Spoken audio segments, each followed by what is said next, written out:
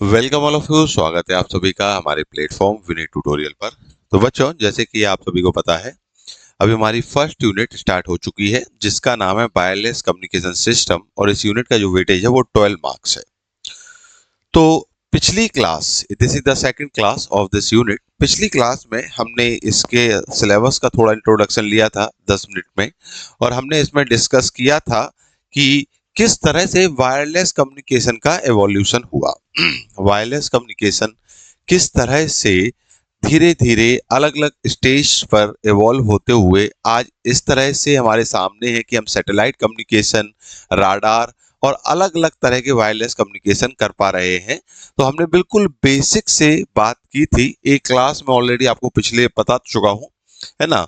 और हमने डिस्कस किया है, सब कुछ हमने पिछली बार क्लास में पढ़ लिया था। आप एक बार जरूर पिछली क्लास को पढ़ें। अगर कोई ऐसा स्टूडेंट है जिसने लास्ट क्लास नहीं पढ़ी है तो प्लीज उसको जरूर पढ़ें, क्योंकि हर एक यूनिट की पहली क्लास उसकी इंट्रो क्लास होती है, उसकी बेसिक क्लास होती है। बेसिक आपके एग्जाम में लिखने को नहीं आता है, पर आपको इस यूनिट को समझने के लिए उसका आना बहुत ही जरूरी है ना। उससे आपका बेस बढ़िया मजबूत होता है, इसलिए उसे बेसिक बोलते हैं। ठीक है, तो हमने ये सब बात पिछली क्लास में कर ली थी कि हिस्ट्री क्या है, वायरलेस का जो एवोल्यूशन हुआ है वो स्टेप बाय स्टेप, इन सभी को सातों हमें डिस्कस करना है।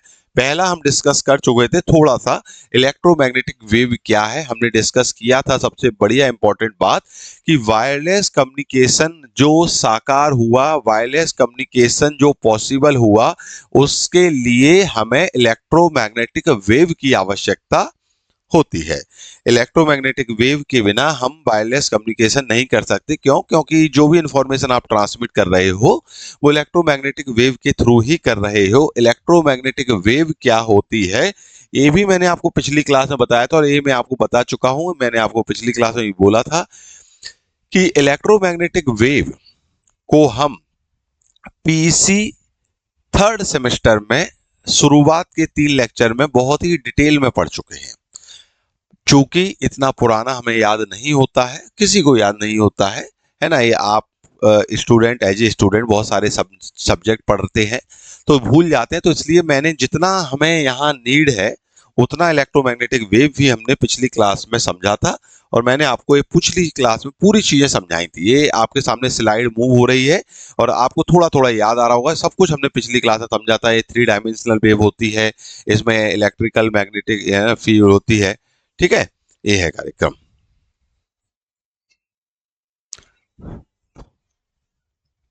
ओके, तो अब हम इसमें आगे अगर बात करें तो आज की क्लास से हमें स्टार्ट करना है इलेक्ट्रोमैग्नेटिक स्पेक्ट्रम। ओके, ठीक है। तो इलेक्ट्रोमैग्नेटिक स्पेक्ट्रम, इस बात को जरा ध्यान से समझना है। ये बहुत ही इंपॉर्टेंट चीज है। हालांकि मैं फिर आपको बोल रहा हूं कि थर्ड यूनिट में, थर्ड सेमेस्टर में, सॉरी, हमने जब पहली यूनिट पढ़ी थी तो उसमें मैंने ये बताया था, पर अगेन द सेम थिंग मैं आपको बताता हूँ। पहले भी बोला हूँ कि मेरे पढ़ाने का तरीका ऐसा है कि मैं हर एक चीज जो जरूरी है, भले ही पिछली क्लासेस में पिछले सेमेस्टर में हो चुका हो, वो मैं आपको यहाँ पर याद दिलाता हूँ। ठीक है ना, क्योंकि इतना पुराना किसी के लिए भी याद रख पाना संभव नहीं है। एज ए स्टूडेंट तो बहुत ही मुश्किल होता है। ठीक है, तो ये मैं आपको पहले बता चुका हूँ थर्ड सेमेस्टर में, पर मैं एक बार दोबारा से बता रहा हूँ।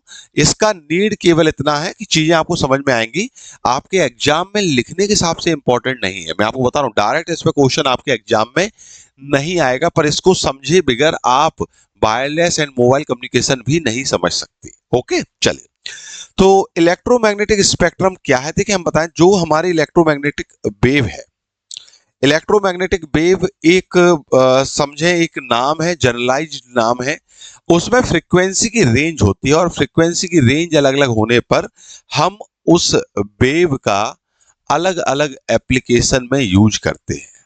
वापस से बोल रहा हूं, हमारी इलेक्ट्रोमैग्नेटिक वेव में आप जो वेव यूज कर रहे हैं उसकी फ्रीक्वेंसी अगर आप चेंज करें तो अलग अलग फ्रीक्वेंसी पर हम अपनी वेव का अलग अलग एप्लीकेशन में यूज करते हैं, है ना, अलग अलग फ्रीक्वेंसी रेंज पर। तो उसी को हम स्पेक्ट्रम बोलते हैं। तो electromagnetic spectrum is the range of all electromagnetic wave. हमारे इलेक्ट्रोमैग्नेटिक वेव की सभी रेंज इसमें इंक्लूडेड होती है स्पेक्ट्रम में, from the longest wavelength to the shortest. एक बात याद रखें, वेवलेंथ और फ्रीक्वेंसी अपोजिट है। अगर वेवलेंथ लॉन्गेस्ट मतलब फ्रीक्वेंसी मिनिमम, और वेवलेंथ शॉर्टेस्ट मतलब फ्रीक्वेंसी मैक्सिमम, तो अपोजिट होता है। वेवलेंथ और फ्रीक्वेंसी अपोजिट होती है। फॉर्मूला होता है C बराबर nu lambda. Nu is the frequency, lambda is the wavelength, C is the 3 into 10 to the power 8 metre per second speed. तो अगर आप देखेंगे न्यू इज द फ्रीक्वेंसी, तो what is the nu? Nu बराबर C upon lambda. तो यहां से आप देख रहे होंगे फ्रीक्वेंसी और wavelength, lambda is the wavelength, nu is the frequency. तो आपका ये अपोजिट है। तो मैं आपको बोल रहा हूं, अगर कोई बोले फ्रीक्वेंसी कम तो वेवलेंथ ज्यादा, और वेवलेंथ भी, अगर ज्यादा डिटेल में नहीं जा रहे, मैं आपको बता रहा हूं कि इलेक्ट्रोमैग्नेटिक स्पेक्ट्रम की आपको प्रॉपर्टी भी आना चाहिए, पर यहाँ जरूरत नहीं है, ना हमें समझने में जरूरत है। पर आपका अगर इंटरेस्ट है, अगर आपको पढ़ना है, तो थर्ड सेमेस्टर में मैंने बहुत सारी प्रॉपर्टी पढ़ाई थी। इलेक्ट्रोमैग्नेटिक वेव वहाँ इंपॉर्टेंट था, वहाँ क्वेश्चन भी आते थे हमारे एग्जाम में। तो वहाँ हमने प्रॉपर्टी भी पढ़ी थी, वेवलेंथ क्या होती है, तो ये है ना, फ्रीक्वेंसी क्या होती है, टाइम पीरियड। हालांकि बहुत ही बेसिक सा कॉन्सेप्ट है, आपको पता होना चाहिए, है ना। ये वेवलेंथ होती है, लिखा हुआ, ले दो पीक, ये दोनों पीक है, इनके बीच में जो डिस्टेंस है that is the wavelength. Peak में निकाल लो, बॉटम में निकाल लो, कहीं भी दो बैक टू बैक जो भी पोजीशन, सेम पोजीशन, इनके बीच की डिस्टेंस को वेवलेंथ बोलते हैं। अगर फ्रीक्वेंसी कम होगी तो ये बढ़ जाएगी। फ्रीक्वेंसी फ्रीक्वेंसी मतलब वेव कितनी जल्दी जल्दी आपका ना साइकिल कवर कर रही है, फ्रीक्वेंसी होती है साइकिल पर सेकंड। अगर साइकिल पर सेकंड ज्यादा है तो वेव, देखो एक वेव ये है, ये आपका, थोड़ा सा मैं 2 मिनट और समझाना चाहूंगा, क्योंकि बच्चे हो सकते हैं कभी कभी इस बात को समझे। देखें, आपके सामने मैंने दो वेव बनाई है, एक वेव ये है और दूसरी वेव ये है। इसी में दूसरी बना देता हूं, दूसरी चलो अलग बना देता हूं। अब आप दोनों वेव को देख के बताओ किसकी फ्रीक्वेंसी ज्यादा है। बहुत ही बेसिक बात हो रही है ये बिल्कुल बेसिक बात है ना। इसका हमारे सब्जेक्ट में आगे कहीं ना कहीं थोड़ा बहुत बात होगी, ठीक है। फ्रीक्वेंसी क्या है, वेवलेंथ क्या है, तो इसलिए इसको मैं थोड़ा सा 1 मिनट 2 मिनट में समझाने की कोशिश करूंगा, ध्यान से देखें। फ्रीक्वेंसी मतलब आपकी जो वेव है वो साइकिल पर सेकंड कितनी जल्दी कर रही है। फ्रीक्वेंसी की यूनिट होती है साइकिल पर सेकंड, हर्ट्ज, है ना। तो आप अगर इसमें ध्यान से देखेंगे तो इसमें साइकिल जल्दी कवर हो रही है, इसमें बहुत धीरे, तो इसकी फ्रीक्वेंसी ज्यादा है, इसकी कम है, ये तो बात क्लियर है। अगर ये कोई यहाँ पर ये बात नहीं समझ पा रहा है तो सिंपल सी बात बार बार मैं बोल रहा हूं, साइकिल जितनी जल्दी आएंगी उसकी फ्रीक्वेंसी ज्यादा होगी। फ्रीक्वेंसी मतलब नंबर ऑफ साइकिल पर सेकंड यूनिट होती है। नंबर ऑफ साइकिल पर सेकंड अगर ज्यादा है, मान लीजिए 1 सेकंड में, यहां देखें 1 सेकंड में ये एक साइकिल आ रही है। साइकिल मतलब यहां से लेके वापस यहां तक, यहां से वापस से आपका स्टार्ट हो गया, वेव यहां से वापस से स्टार्ट हो गई, तो यहां से लेके मतलब कि आप इनिशियल पॉइंट पे पहुंच गए, तो that is the complete one cycle. यहां से स्टार्ट होके यहां तक आपकी एक साइकिल है। इसको इसको इस साइकिल को कवर करने के लिए अगर मैं बोलूं तो टाइम कितना लग रहा है, यहां से लेके यहां तक का टाइम है, that is the time period. पूरी बात ही आगे लो, ये साइकिल को यहां से यहां तक ये टाइम पीरियड होता है, ठीक है। तो आप अगर ध्यान से देखें, मध्येच डिस्टर्ब करण्यासाठी सॉरी, पण बघा विद्यार्थी मित्रांनो, जर तुम्हाला आमच्या शिक्षकांची शिकवणी आवडत असेल आणि आमच्यासोबत तुम्हाला संपूर्ण कोर्स कंटिन्यू करायचा असेल तर आत्ताच डाउनलोड करून घ्या Vineet tutorial application, J play store were free of cost available आहे। आणि हो, आमची फ्री डेमो लेक्चर बघा आणि शिकवणी आवडत असेल तर कोर्स परचेस करून लागून जा अभ्यासाला। कारण आमचं फक्त एकच स्वप्न आहे, काय की महाराष्ट्रातला प्रत्येक विद्यार्थी शिकला पाहिजे साध्या आणि सोप्या भाषेत। आणि आमच्या ऑनलाईन कोर्स मध्ये तुम्हाला संपूर्ण सिलेबस प्रॉपर कॉन्सेप्च्युअली प्रत्येक ईच अँड एव्हरी कॉन्सेप्ट नुसार तुम्हाला शिकवला जाईल। फ्री रिव्हिजन क्रॅश कोर्स मिळेल, आमच्या थेरी नोट्स मिळेल, पीवायक्यू चा सोल्युशन मिळेल, सर्व सर्व सर्व तुम्हाला मिळेल एकदमच अफोर्डेबल कॉस्ट मध्ये। आत्ताच जा ऍप्लिकेशनला डाउनलोड करा, फ्री डेमो लेक्चर बघा, शिकवणं आवडलं तरच कोर्स परचेस करा, नाही तर जाऊ द्या। आणि हो, जर तुम्हाला एक्स्ट्रा डिस्काउंट पाहिजे असेल तर आमचे हेल्पलाईन नंबर तुम्हाला दिलेला आहे, यावर तुम्ही व्हॉट्सअपला मेसेज करून एक्स्ट्रा डिस्काउंट सुद्धा मिळवू शकतात। चला तर आता आपल्या लेक्चरला कंटिन्यू करूया। इसका टाइम पीरियड इससे कम है, टाइम पीरियड कम है, मतलब कि इस वेव को एक साइकिल कंप्लीट करने में टाइम कम लग रहा है, इतना समझ पा रहे हैं। ए वेव जल्दी चल रही है, फास्ट मूव कर रही है, वो स्लो कर रही है, तो इसकी फ्रीक्वेंसी ज्यादा है, उसकी कम है। मतलब इसका टाइम पीरियड कम है, उसका टाइम पीरियड ज्यादा। What is the time period? Time period is the time taken by waveform to complete one cycle. किसी भी वेवफॉर्म को एक साइकिल कंप्लीट करने में जो टाइम लगता है वो टाइम पीरियड कहलाता है। और टाइम पीरियड का अपोजिट हमारा फ्रीक्वेंसी होता है। Frequency is equal to 1 time period. तो अगर टाइम कम है तो ऑब्वियस सी बात है फ्रीक्वेंसी ज्यादा होगी, अगर टाइम ज्यादा है तो ऑब्वियस सी बात है फ्रीक्वेंसी कम होगी। तो ये अपोजिट कनेक्शन होता है। और यहाँ पर आपको एक बात भी समझ में आ रही है, यहाँ अगर मैं आपको बोलूं क्या कि ये दो पीक टू पीक की बीच की डिस्टेंस और इन दोनों पीक टू पीक की डिस्टेंस, आप बोलोगे सर ये तो कोई बोलने वाली बात नहीं है, ये कम है ये ज्यादा है। तो इसकी फ्रीक्वेंसी ज्यादा है, इसकी फ्रीक्वेंसी ज्यादा है, वेवलेंथ कम है। इसकी फ्रीक्वेंसी कम है, वेवलेंथ ज्यादा है। यही तो मैंने बताया था, है ना। फ्रीक्वेंसी वेवलेंथ में ये फॉर्मूला से आंसर निकलता है, ये फॉर्मूले से आंसर आएगा। ठीक है, जरूरत नहीं है, we don't require the formula. हमारे एग्जाम में भी कहीं कोई ऐसा डायरेक्ट नहीं आएगा, पर मैं जस्ट आपको समझाने की कोशिश कर रहा हूं, है ना। ये बात की वेवलेंथ और फ्रीक्वेंसी कभी कभी आएगा। चलिए, तो वापस से हम इलेक्ट्रोमैग्नेटिक स्पेक्ट्रम पर आते हैं। और इलेक्ट्रोमैग्नेटिक स्पेक्ट्रम हमने क्या बोला? रेंज ऑफ द फ्रीक्वेंसी है। सभी हमारी जो इलेक्ट्रोमैग्नेटिक वेव की सभी फ्रीक्वेंसीज का हम यहाँ पर बात करने वाले हैं कि हमारे इलेक्ट्रोमैग्नेटिक वेव की ये फ्रीक्वेंसी होगी तो इसका ये एप्लीकेशन होगा। आपको केवल यहाँ समझना है। एग्जाम में ये क्वेश्चन बहुत ही कम आया है, कभी कभार आया है स्पेक्ट्रम के ऊपर। इसको देखना है और चीजों को समझना है, ठीक है।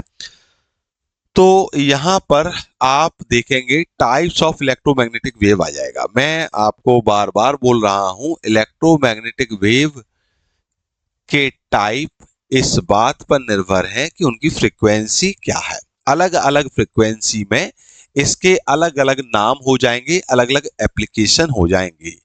जैसे इलेक्ट्रोमैग्नेटिक वेव को आप रेडियो वेव बोलने लगोगे, रेडियो वेव हो चाहे माइक्रोवेव हो, इंफ्रारेड हो, ऑल आर इलेक्ट्रोमैग्नेटिक। ठीक है, तो आप यहाँ क्या बोलोगे? ए आप इसको रेडियो वेव बोलोगे। फिर इसमें microwave types of electromagnetic wave है, इंफ्रारेड, विजिबल, अल्ट्रावायलेट, एक्सरे, है ना। आगे आप पढ़ते जाओ, gamma ray, x ray, gamma ray तो आपने सुन रखे होंगे, अपन बोलते हैं ना बहुत ज्यादा गामा आ रहा है सन से।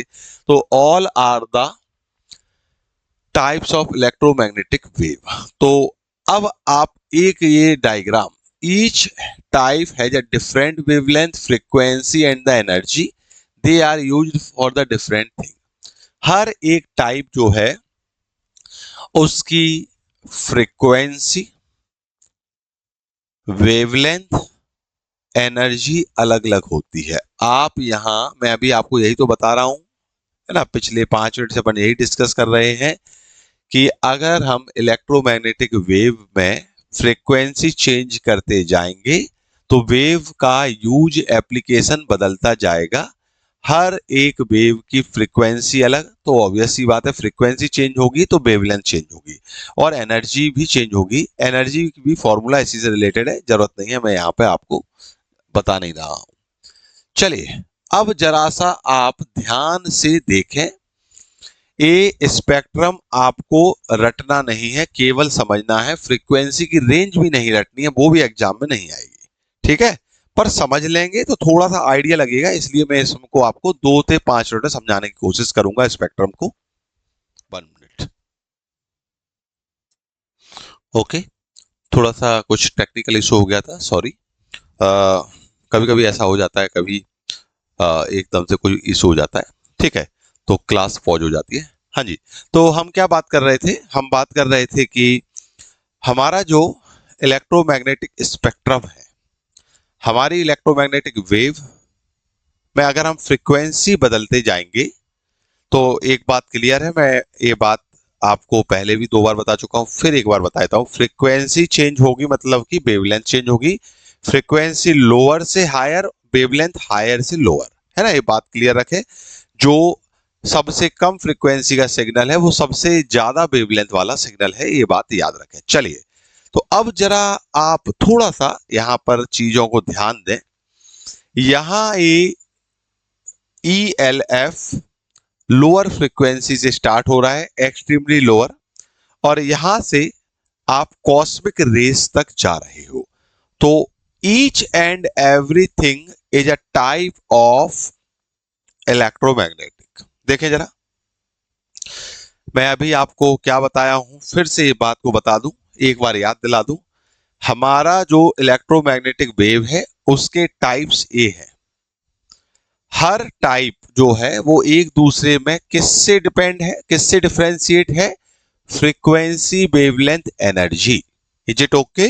तो आई थिंक ये बात आपको क्लियर हो रही होगी कि किस तरह से हमारा चेंज हो रहा है। यहां पर वेव स्टार्ट हो रही है लो फ्रीक्वेंसी, ई मतलब एक्सट्रीमली लो। नाम याद नहीं रखना है, फ्रीक्वेंसी याद नहीं रखना है, केवल समझना है। कभी एग्जाम में क्वेश्चन आ जाए स्पेक्ट्रम के ऊपर तो इनके आप रेंज वो लिख देना जो भी मैंने आपको टाइप्स बताए, radio wave, gamma ray, X ray, है ना, इंफ्रारेड, वो सब लिख देना, उतने काम हो जाएगा। चलिए समझते हैं। तो यहां से लेके यहां तक हम इसको रेडियो स्पेक्ट्रम बोलते हैं। रेडियो स्पेक्ट्रम कहां से स्टार्ट होता है? VLF से, very lower frequency. LF is the lower frequency, MF is the medium frequency, HF is the higher frequency, VHF very high frequency, UHF ultra high frequency, super high and extremely high. तो यहां से लेके यहां तक की जो range of frequency है, मैं रेंज ऑफ फ्रीक्वेंसी भी आपको थोड़ा सा दिखाऊंगा, एक चार्ट दिखाऊंगा, एप्लीकेशन भी दिखाऊंगा। आपको याद करना हो तो कर ले, एप्लीकेशन जरूर याद करें, आपको टाइप जरूर याद करें, है ना। रेंज याद करने की जरूरत नहीं है, फ्रीक्वेंसी और वेवलेंथ की मैं दिखा दूंगा आपको। तो आपका यहां से यहां फ्रीक्वेंसी से बढ़ता हुआ क्रम है, और ऑब्वियस सी बात है वेवलेंथ का घटता हुआ क्रम है। यहां आपकी सबसे लोअर फ्रीक्वेंसी है, जैसे जैसे आगे बढ़ते जा रहे हो आप हायर फ्रीक्वेंसी में जा रहे हो। आपको मैं बार बार बोल रहा हूं, यहां से लेके यहां तक को मैंने नीचे भी दिखाया है, ये हमारे रेडियो स्पेक्ट्रम का पार्ट होता है। रेडियो स्पेक्ट्रम में क्या आता है? AM, FM और राडार है, माइक्रोवेव है, ये रेडियो स्पेक्ट्रम के अंदर आते हैं। अब AM, FM भी आपको थर्ड सेमेस्टर PEC में मैंने बहुत ही अच्छी तरह से पढ़ाया है। मैं यहाँ पर 5 मिनट आपको जरूर पढ़ाऊंगा। अभी मैं रेडियो स्पेक्ट्रम पढ़ाऊंगा, अभी पढ़ाऊंगा, तो आपको AM, FM के बारे में थोड़ा सा फिर से याद दिलाऊंगा। पर ये आपके थर्ड सेमेस्टर का पार्ट है, यहाँ पर आपके बस कोई थोड़ा नाम आया है, ज्यादा इसकी डिटेलिंग बात यहाँ पर नहीं करना है। हमारे एग्जाम के पॉइंट ऑफ व्यू से AM, FM थर्ड सेमेस्टर के लिए इंपॉर्टेंट है। चलिए, तो मैं क्या बता रहा था कि आप अगर पूरे इलेक्ट्रोमैग्नेटिक स्पेक्ट्रम को देखें तो इलेक्ट्रोमैग्नेटिक स्पेक्ट्रम यहां से स्टार्ट हो रहा है लोअर फ्रीक्वेंसी से, और फ्रीक्वेंसी बढ़ती जा रही है। इसके बाद IR आ जाएगा। ये लाइट स्पेक्ट्रम है जिसमें लाइट्स हो जाते हैं, अपन बोलते हैं ना इंफ्रारेड, इंफ्रारेड वेव होती है ना। फिर विजिबल स्पेक्ट्रम, विजिबल स्पेक्ट्रम केवल एक वो रेंज है जो हमको दिखाई देता है, बाकी कुछ भी दिखाई नहीं देता है। अल्ट्रावायलेट, अल्ट्रावायलेट सुना है, और अगर फ्रीक्वेंसी बढ़ गई तो ये हार्मफुल रेडिएशन की कैटेगरी आ गई। एक्सरे हार्मफुल होती है पर कम होती है, बट इट इज हार्मफुल। आप आगे बढ़ोगे तो gamma rays very harmful, cosmic रे वेरी वेरी हार्मफुल। तो यहां से आप देख रहे हो, यहां से यहां आगे बढ़ते जाएंगे तो हमारे वेव्स अलग अलग होते जाएंगे, उनका एप्लीकेशन, फ्रीक्वेंसी, वेवलेंथ सब अलग होती जाएगी। और इतने पार्ट को मैंने और इनलार्ज करके नीचे दिखाया है। VLFF ये लिखा हुआ है, very high frequency, ultra high frequency, super high frequency, extreme high frequency. 1 kilometre, kilometre समझ रहे हो ना, वेवलेंथ की बात हो रही है, ठीक है। अब अगर कोई याद करना चाहे, समझना चाहे, तो यहां मैंने फ्रीक्वेंसी, रेंज, वेवलेंथ और एप्लीकेशन सब बताया है, देखिए आप, ठीक है। ये आपका सब कुछ लिखा है। एक्सट्रीमली लो फ्रीक्वेंसी ELF का जो फ्रीक्वेंसी बैंड है 30 से 300 हर्ट्ज है, आपको याद नहीं रखना है, आप बस इतना याद रखें तो बेहतर है, ईएलएफ और उसका एप्लीकेशन दैट इज सफिशिएंट, है ना। कभी स्पेक्ट्रम आता है, हालांकि ये क्वेश्चन भी बहुत कम आया है आपके एग्जाम में, पर समझना जरूरी है। तो यहाँ ये आपके सामने जो टेबल है इसमें फ्रीक्वेंसी रेंज और एप्लीकेशन मैंने यहाँ लिखा हुआ है, ध्यान से देखें। जैसे कि जो हमारी ईएलएफ होती है, ईएलएफ कहाँ है देखें जरा, ईएलएफ यहाँ से स्टार्ट है, एक्सट्रीमली लो फ्रीक्वेंसी, वो लिखा है स्टार्टिंग। तो ईएलएफ की फ्रीक्वेंसी और ईएलएफ का वेवलेंथ लिखा हुआ है। ईएलएफ की फ्रीक्वेंसी 30 से 300 हर्ट्ज है, very low frequency, 30 hertz low frequency, wavelength इतनी है। और इसका एप्लीकेशन होता है पावर ट्रांसमिशन में। अगर आपका इलेक्ट्रोमैग्नेटिक वेव जिसकी फ्रीक्वेंसी इस रेंज में आ रही है तो वो ईएलएफ कहलाएगा और उसका एप्लीकेशन पावर ट्रांसमिशन में होगा। अगर हम फ्रीक्वेंसी बढ़ाएं 300 हर्ट्ज से 3 किलो हर्ट्ज, किलो समझते हो, 1000, तो 300 से 3000 किलो हर्ट्ज में आ गए तो ये हमारे लगभग लगभग वॉइस की फ्रीक्वेंसी में आ जाएंगे आप। और इसका यूज होता है ऑडियो एप्लीकेशन में। वॉइस हम जो बोलते हैं वो इसी फ्रीक्वेंसी में होती है। हमारी एक लो फ्रीक्वेंसी, हमारा जो वॉइस है हम जो बोलते हैं वो एक लो फ्रीक्वेंसी का सिग्नल है, ठीक है। तो वो इस रेंज में है। ये भी आपको एक नई बात, हालांकि पहले पता है तो ठीक है, नहीं पता है कोई बात नहीं। फिर और फ्रीक्वेंसी बढ़ाओ, ये समझ पा रहे हो, ये यहाँ पर 3K मतलब 3000, के मतलब 1000 से लेके 30K, के मतलब 30,000, फ्रीक्वेंसी बढ़ती जा रही, 30 से 300, 300 से 3000, किलो, किलो मतलब हजार, 300 से 3000, 3000 से 30,000, 30,000 से फिर ऐसे बढ़ते जा रहा है, 10-10 फ्रीक्वेंसी बढ़ाते जा रहे हैं। इस फ्रीक्वेंसी की रेंज, ये वेवलेंथ लिखी है, वेवलेंथ और फ्रीक्वेंसी का फॉर्मूला बताया, आप वैल्यू पुट करके फॉर्मूले से निकाल सकते हो, कोई समस्या नहीं है।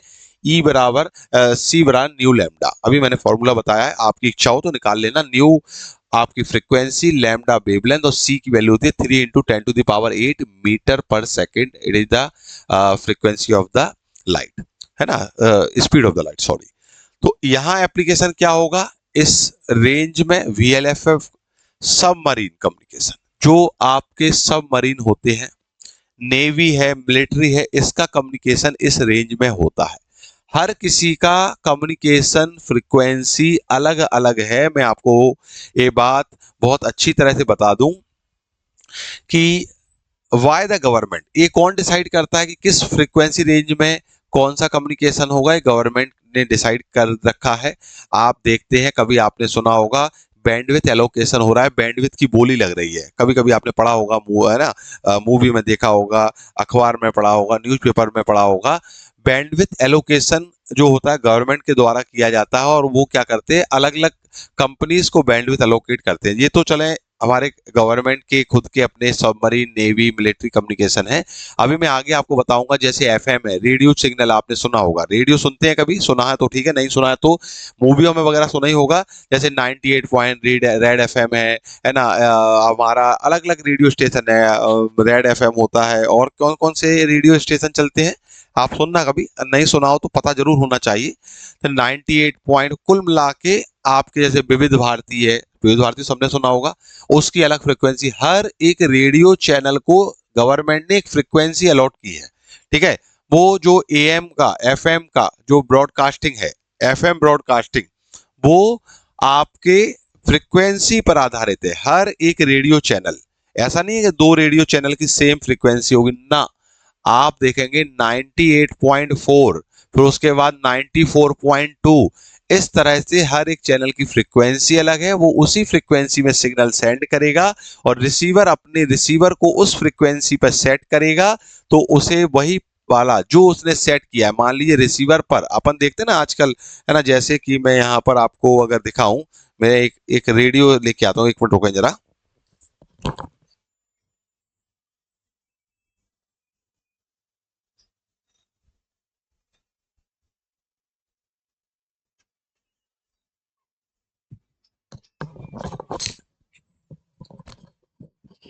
देखें, मेरे हाथ में एक रेडियो है, ये अगर आप इस रेडियो में देखेंगे तो इसमें क्या है, अलग अलग फ्रीक्वेंसी सेट करने के लिए यहाँ पर अगर आप देख पा रहे होंगे तो नॉब है, यहाँ पर बटन लगे हुए। पहले क्या होता था, आज से बहुत समय पहले तक जो रेडियो आते थे, उस रेडियो में आपके पास ऐसा नॉब लगा होता था।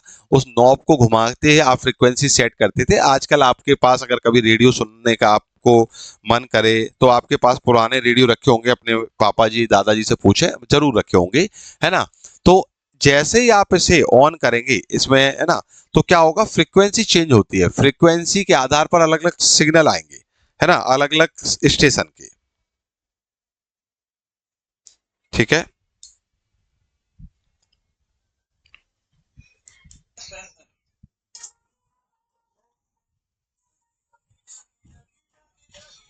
आप देखेंगे, ये नहीं दिख पा रहा होगा, यहाँ 94.3 दिख रहा है क्या? यहाँ अगर आप देखें 94.3 पे सिग्नल कौन सा चल रहा है?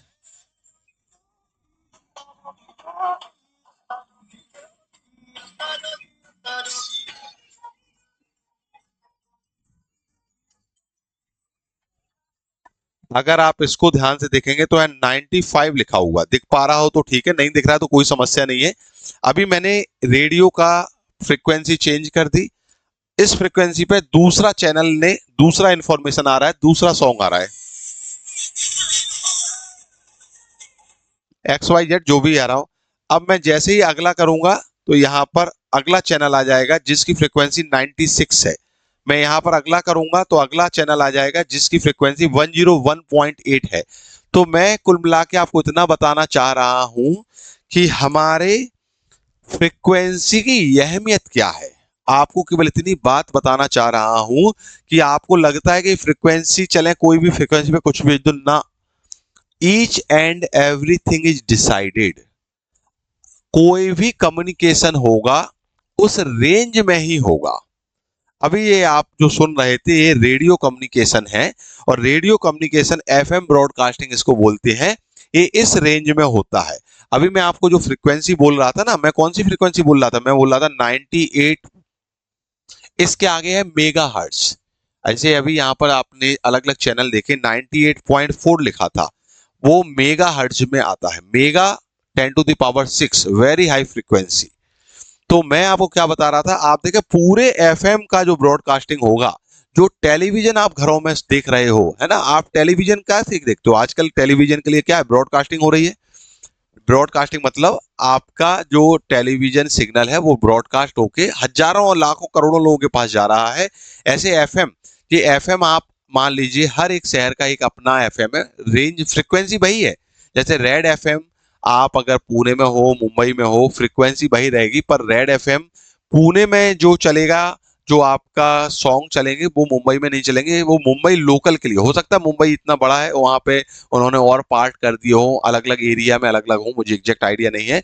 पर मैं आपको जो बताना चाह रहा हूँ उस बात को मैं वापस से दोहरा रहा हूँ, याद रखें कि हर एक शहर में आपका जो रेड एफएम मान लेते हैं, ये मान लेते हैं रेड एफएम की फ्रीक्वेंसी है, फ्रीक्वेंसी सेम होगी, पर उसका रेंज डिसाइड होगा, वो उस पूरे सिटी के लिए होगा। एक सिटी में इस रेंज पर कोई भी प्रोग्राम अगर ब्रॉडकास्ट किया जाएगा तो उस रेंज में जितने भी रिसीवर होंगे उनको सुनाई देगा। सिटी बदल जाएगी, वहां पर फ्रीक्वेंसी वही है, वहां पर रेंज, बस रेंज जो होती है, सिग्नल कितने दूरी तक जाएगा ये डिसाइड किया जाता है ट्रांसमीटर के द्वारा। ठीक है। तो ये होता है जो मेरे हाथ में है, that is the receiver of the radio. Radio का रिसीवर है। यहाँ नॉब हम घुमाकर, हम नॉब चेंज करके यहाँ पर एफएम के चैनल बदलते हैं। हर एक चैनल पर अलग इंफॉर्मेशन, एक कौन दे रहा है इंफॉर्मेशन, जो ट्रांसमीटर है। हर एक शहर में इसके हर एक एफएम स्टेशन अलग अलग उनके अपने ऑफिस है, वहां से वो क्या है प्रसारित करते हैं, ब्रॉडकास्टिंग करते हैं, और जैसे ही ब्रॉडकास्ट करते हैं करोड़ों लोगों के पास सिग्नल जाता है। तो आई थिंक आप समझ पा रहे होंगे कि फ्रीक्वेंसी की अहमियत क्या है। आप समझ पा रहे होंगे कि आप अलग अलग फ्रीक्वेंसी में यहां पर चेंज करेंगे, ये आप याद रखें। केवल नाम, लो फ्रीक्वेंसी है, मीडियम फ्रीक्वेंसी, रेंज याद रखेंगे, बढ़िया है, नहीं रखें तो कोई समस्या नहीं है। इनकी वेवलेंथ का फॉर्मूला आपको पता है, वेवलेंथ याद रखना बिल्कुल ही आवश्यक नहीं है, पर ये एप्लीकेशन जरूर याद रखें। जैसे हमने बात कर रहे थे, इस रेंज की फ्रीक्वेंसी का एप्लीकेशन ये है, ये हमारी लो फ्रीक्वेंसी रेंज है जो 30 के से 300 के, मैं बार बार बोल रहा हूं, के का मतलब होता है 10 टू द पावर 3, एम का मतलब होता है 10 टू द पावर 6, के मतलब किलो, एम मतलब मेगा। Is it okay? तो के किलो है, एम मेगा है, मेगा का मतलब है 10 टू द पावर 6, और इस रेंज का यूज होता है aeronautical, marine navigation, frequency act as a sub carrier. सब कैरियर क्या है, कैरियर क्या है, ये आपको पता होगा जब हमने थर्ड सेमेस्टर में एएम और एफएम पढ़ा था, एम्पलीट्यूड मॉड्यूलेशन, फ्रीक्वेंसी मॉड्यूलेशन। तो मैंने बताया था कोई भी मॉड्यूलेशन करते हैं तो मॉड्यूलेशन करने के लिए एक हाई फ्रीक्वेंसी का सिग्नल आवश्यक होता है जिसको हम कैरियर सिग्नल बोलते हैं। तो that signal can also be use as a carrier. इसके बाद आप आगे बढ़े, तो आगे जैसे ही बढ़ोगे तो 300 के से 30 मेगाहर्ट्ज तक आपका जो सिग्नल है वो एएम ब्रॉडकास्ट में यूज होता है। अभी जो ब्रॉडकास्टिंग आप सुन रहे थे डेट इज द एफएम। आज से पहले लगभग 30-40 साल पहले रेडियो में जो ब्रॉडकास्टिंग हम सुनते थे वो एएम था, एम्पलीट्यूड मॉड्यूलेटेड सिग्नल था। उसकी फ्रीक्वेंसी कम होती है और उसका रेंज भी कम होता है। तो पहले आप देखते थे, पहले जो होता था, आपने नहीं देखा होगा पर हाँ मूवियों में कभी सुना हो या अपने पापा जी दादाजी से पूछेंगे तो आपको बताएंगे, वो पहले इतने लंबे लंबे रेडियो होते थे, इनकी नॉब होती थी और उनको ऐसे घुमाते थे, तो वो एएम का कैटेगरी थी, है ना। मरीन एंड एरोनॉटिकल कम्युनिकेशन भी इस रेंज में आता है। आप और फ्रीक्वेंसी बढ़ाएंगे तो फिर इसका यूज होने लगेगा शॉर्ट वेव ट्रांसमिशन एमेचर और सीवी कम्युनिकेशन। फिर और रेंज बढ़ाएंगे तो मैं आपको बता चुका हूं टीवी और एफएम ब्रॉडकास्टिंग के लिए जो ये वाला रेंज इंपॉर्टेंट है जो मैं यहां बता रहा हूं। तो ऐसे ही आप रेंज बढ़ाते जाओ तो अलग अलग जगह आपका यूज होने लगेगा। आई थिंक आपको ये स्पेक्ट्रम का कंसेप्ट समझ में आ रहा होगा। मेरे हिसाब से इसमें कोई समस्या नहीं लग रही होगी। बताएं, कोई दिक्कत लगी क्या? और आगे जाओगे आप तो इंफ्रारेड सिग्नल आएगा, विजिबल स्पेक्ट्रम आएगा, अल्ट्रावायलेट आएगा, एक्सरे आएगा, गामा आएगा, कॉस्मिक आएगा। और इनका यूज, और अगर अल्ट्रा हाई फ्रीक्वेंसी का यूज राडार में होता है, और आगे जाओगे तो आपका सैटेलाइट कम्युनिकेशन आ जाएगा। तो जैसे जैसे आगे बढ़ते जाओगे, मैंने ज्यादा डिटेल में नहीं जा रहा हूँ, बस इतना बता दिया। इसके बाद अगर आप लिखना चाहें तो इस वाले रेंज का राडार में है और आगे सैटेलाइट कम्युनिकेशन में है। तो जैसे जैसे आगे बढ़ते जाएंगे हमारे एप्लीकेशन यहाँ पर आगे होते जाएंगे, चेंज होते जाएंगे। एप्लीकेशन फ्रीक्वेंसी पर आधारित है। इज इट ओके और नॉट? यहाँ तक कोई समस्या हुई? मुझे नहीं लगता कि यहाँ कोई समस्या हो रही होगी।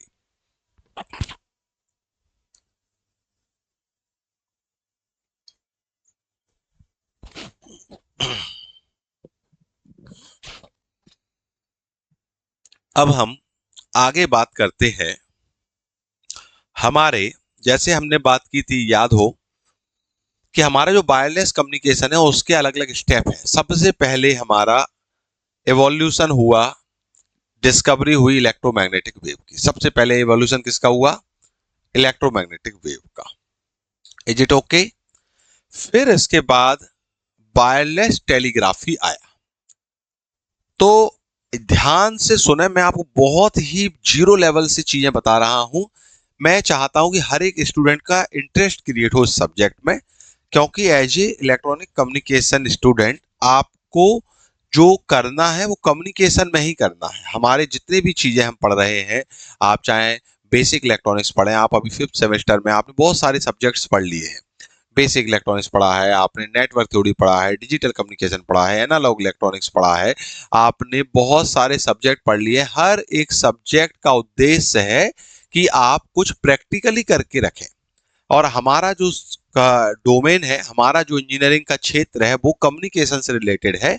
हम अलग अलग तरह के कम्युनिकेशन करवाते हैं। जैसे हमने एक कम्युनिकेशन की बात करें, सैटेलाइट से हमारा जो कम्युनिकेशन हो रहा है, राडार से हमारा कम्युनिकेशन हो रहा है, जो आप रेडियो सुन रहे हो, जो आप टीवी देख रहे हो, ये सभी हमारे डोमेन की हैं, हमारे क्षेत्र के कम्युनिकेशन है, जिन पे as a electronics communication student आप अलग अलग तरीके से पढ़ते हैं और आगे चल के आप खुद से भी इनमें अपना पार्टिसिपेशन कर सकते हैं। हो सकता है आप आगे चल के इंजीनियरिंग करें, एमटेक करें, पीएचडी करें, हो सकता है आप रिसर्च क्षेत्र में जाएं, तो हो सकता है आगे चल के आप कुछ नया चीज इसमें ऐड करें कि भाई ये इससे बेहतर हो सकती है। इसलिए आपको इसमें इंटरेस्ट आना ही चाहिए। ठीक है, चलिए। तो हमने वायरलेस कम्युनिकेशन की हिस्ट्री में डिस्कस किया था कि वायरलेस कम्युनिकेशन अलग अलग स्टेप पर बना है, वायरलेस कम्युनिकेशन अलग अलग स्टेप पर इवॉल्व हुआ है। सबसे पहले इवोल्यूशन हुआ इलेक्ट्रोमैग्नेटिक वेव का। अब हम वायरलेस टेलीग्राफी की बात कर रहे हैं। तो what is the wireless telegraphy? देखिए ध्यान से सुनो, बड़ा इंटरेस्टिंग चीजें हैं आपके सामने, बड़ा आपको मजा आना चाहिए, इंटरेस्ट क्रिएट होना चाहिए। 1 मिनट।